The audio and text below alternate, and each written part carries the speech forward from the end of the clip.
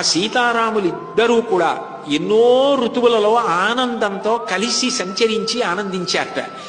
రాముడి మనసు రాముడి దగ్గర ఉండేది కాదుట, సీతమ్మ దగ్గర ఉండేదిట. సీతమ్మ మనసు సీతమ్మ దగ్గర ఉండేది కాదుట, రాముడి దగ్గర ఉండేదిట. అంటే దాని అర్థం ఏమిటి అంటే, పౌర్ణమి చంద్రుడిని చూడాలనిపించింది అనుకోండి, రాముడు గవాక్షంలోకి ఎక్కి కూర్చుని పౌర్ణమి చంద్రుడిని చూసి ఆనందపడిపోయేవాడు పూర్వం. ఇప్పుడు పౌర్ణమి చంద్రుడు అక్కడ ఉంటాడు, వెళ్ళి కుర్చీ వేసి కూర్చొని చూడొచ్చుగా. సీతారా సీతారా సీతారా అంటట. ఎందుకని? పక్కన సీతమ్మ ఉంటేనే పౌర్ణమి చంద్రుడు అందంగా కనిపిస్తాట. సీతమ్మ లేదనుకోండి, సీతమ్మ చూడని పౌర్ణమి చంద్రుడు, సీతమ్మతో కలిసి చూడని పౌర్ణమి చంద్రుడు, అబ్బాయి అంత బాగున్నాడండి మీలాగే అని సీతమ్మ అనకపోతే పౌర్ణమి చంద్రుడిని చూసినట్టు రాముడికి ఉండదట.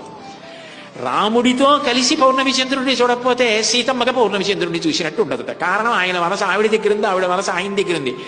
ఏ చిన్న సంతోషమైనా ఇద్దరూ కలిసి అంతగా పెనవేసుకుపోయిన మనసులట.